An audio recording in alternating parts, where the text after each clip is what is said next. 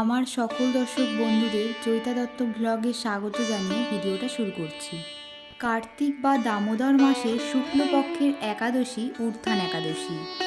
আষাঢ় মাসের শুক্লপক্ষের একাদশী শয়ন একাদশীতে ভগবান শায়িত হন, আর 4 মাস পরে উত্থান একাদশীতে ভগবান উত্থিত হন বা জাগরিত হন। এই কারণে এই একাদশী ব্রতের নাম হয়েছে উত্থান একাদশী বা প্রবোধিনী একাদশী। 2025 সালে 2রা নভেম্বর রবিবার উত্থান একাদশী পালিত হবে। একাদশী ব্রতের ক্ষেত্রে পঞ্চরবি শস্য বর্জনীয়। একাদশী ব্রতের ক্ষেত্রে নির্জলা উপবাস করা খুব ভালো। না পারলে ফল সাবু গ্রহণ করে প্রত্যেকটি একাদশী পালন করা যায়। এই কার্তিক মাসে প্রতিদিনই ব্রহ্ম মুহূর্তে স্নানের অনেক মাহাত্ম্য রয়েছে। বিশেষ করে একাদশী ব্রতের ক্ষেত্রে ব্রহ্ম মুহূর্তে স্নান করে মঙ্গল আরতি করা, ভগবানকে তুলসী মঞ্জুরি অর্পণ করা, বেশি বেশি হরিনাম জপ করা অত্যন্ত শুভ।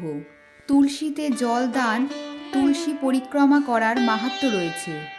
ঘিয়ের প্রদীপ দিয়ে ভগবানকে আরতি করার অনেক মাহাত্ম্য রয়েছে। বিশেষ করে কার্তিক দামোদর মাসের সন্ধ্যায় ভগবানকে দীপদান করা অত্যন্ত শুভ। গীতা ভাগবত, শ্রীকৃষ্ণের অষ্টতর শতনাম, দামোদর অষ্টকম পাঠ করা অত্যন্ত শুভ। একাদশীতে ব্রহ্ম মুহূর্তে স্নান করে ভগবানের পূজা করা উচিত। 2025 সালে উত্থান একাদশী পালন করা হবে 2রা নভেম্বর রবিবার। উত্থান একাদশী ব্রতের পূর্ণ ফল পেতে একাদশীর পরের দিন সঠিক সময়ে পালন করতে হবে। পালনের সময় ভোর 5টা 48 মিনিট থেকে সকাল 9টা 27 মিনিট পর্যন্ত। উত্থান একাদশীর ব্রত মাহাত্ম্য। কার্তিক মাসের শুক্লপক্ষের একাদশী মাহাত্ম্য স্কন্দ পুরাণে ব্রহ্মা নারদ সংবাদে বর্ণিত আছে। মহারাজ যুধিষ্ঠির বললেন, হে পুরুষোত্তম, কার্তিক মাসের শুক্লপক্ষের একাদশীর নাম আমার কাছে কৃপা করে বর্ণনা করুন। শ্রীকৃষ্ণ বললেন, হে রাজন, কার্তিক মাসের শুক্লপক্ষের একাদশী উত্থান বা প্রবোধিনী নামে খ্যাত। প্রজাপতি ব্রহ্মা পূর্বে নারদের কাছে এই একাদশীর মহিমা কীর্তন করেছিলেন।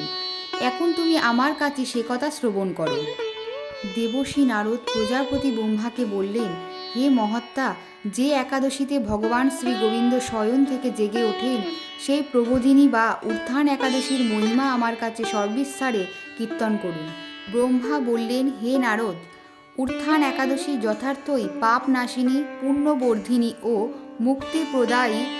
এই একাদশী ব্রতনিষ্ঠার সাথে পালন করলে 1000 অশ্বমেধ যজ্ঞ ও শত শত রাজস্বীয় যজ্ঞের ফল অনায়াসে লাভ হয়।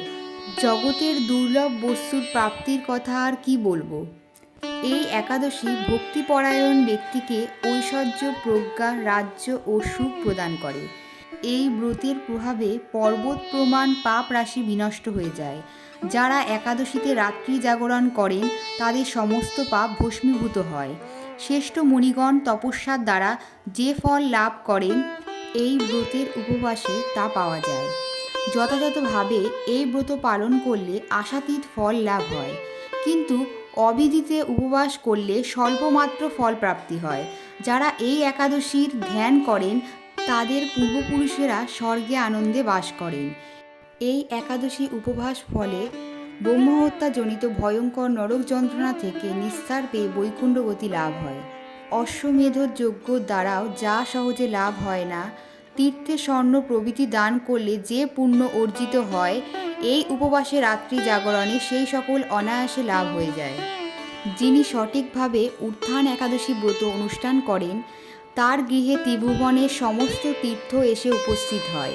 হে নারদ, বিষ্ণুর প্রিয়তমা এই প্রবোধিনী একাদশী উপবাস করলে সর্বশাস্ত্রের জ্ঞান ও তপস্যার সিদ্ধি লাভ করে চরমে মুক্তি লাভ হয়।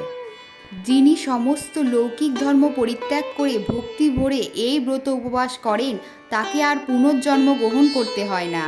এমনকি মন ও বাক্য দ্বারা অর্জিত পাপ রাশিও শ্রী গোবিন্দের অর্চনে বিনষ্ট হয়ে যায়।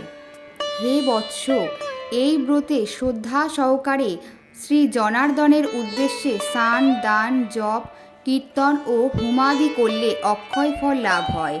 যারা উপবাস দিনে শ্রীহরির প্রতি ভক্তিভাবে দিনযাপন করেন তাদের পক্ষে জগতের দুর্লভ বলে আর কিছুই নেই। চন্দ্র ও সূর্যগ্রহণে স্নান করলে যে পুণ্য হয়, এই উপবাসে রাত্রি জাগরণে তার সহস্র গুণ স্বীকৃতি লাভ হয়। তীর্থে স্নান, দান, জপ, হোম, ধ্যান আদির ফলে যে পুণ্য সঞ্চিত হয়, উত্থান একাদশী না করলে সে সমস্ত নিষ্ফল হয়ে যায়।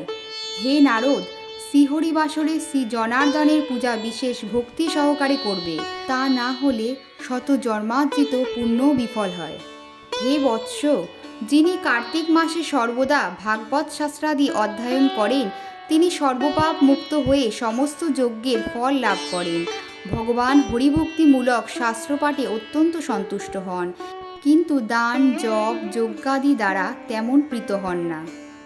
এই মাসে শ্রী বিষ্ণুর নাম, গুণ, রূপ, লীলাদি শ্রবণ, কীর্তন অথবা শ্রীমদ্ ভাগবত আদি শাস্ত্রগ্রন্থ পাঠের ফলে শত শত গাভীদানের ফল অচিরেই প্রাপ্ত হওয়া যায়। এই হচ্ছে উত্থান একাদশীর ব্রত মাহাত্ম্য কথা। এই একাদশীতে কি কি খাওয়া যাবে না? একাদশীতে পঞ্চ রবি শস্য গ্রহণ করা যাবে না। পঞ্চ রবি শস্য বলতে বোঝায় চাল, খই, সুজি, গম জাতীয় সকল প্রকার খাদ্য, যেমন আটা, ময়দা, তাছাড়াও ছোলা, শ্যামা চাল, ওটস, চিয়া সিড প্রভৃতি সকল প্রকার রবি শস্য অবশ্যই বর্জনীয়।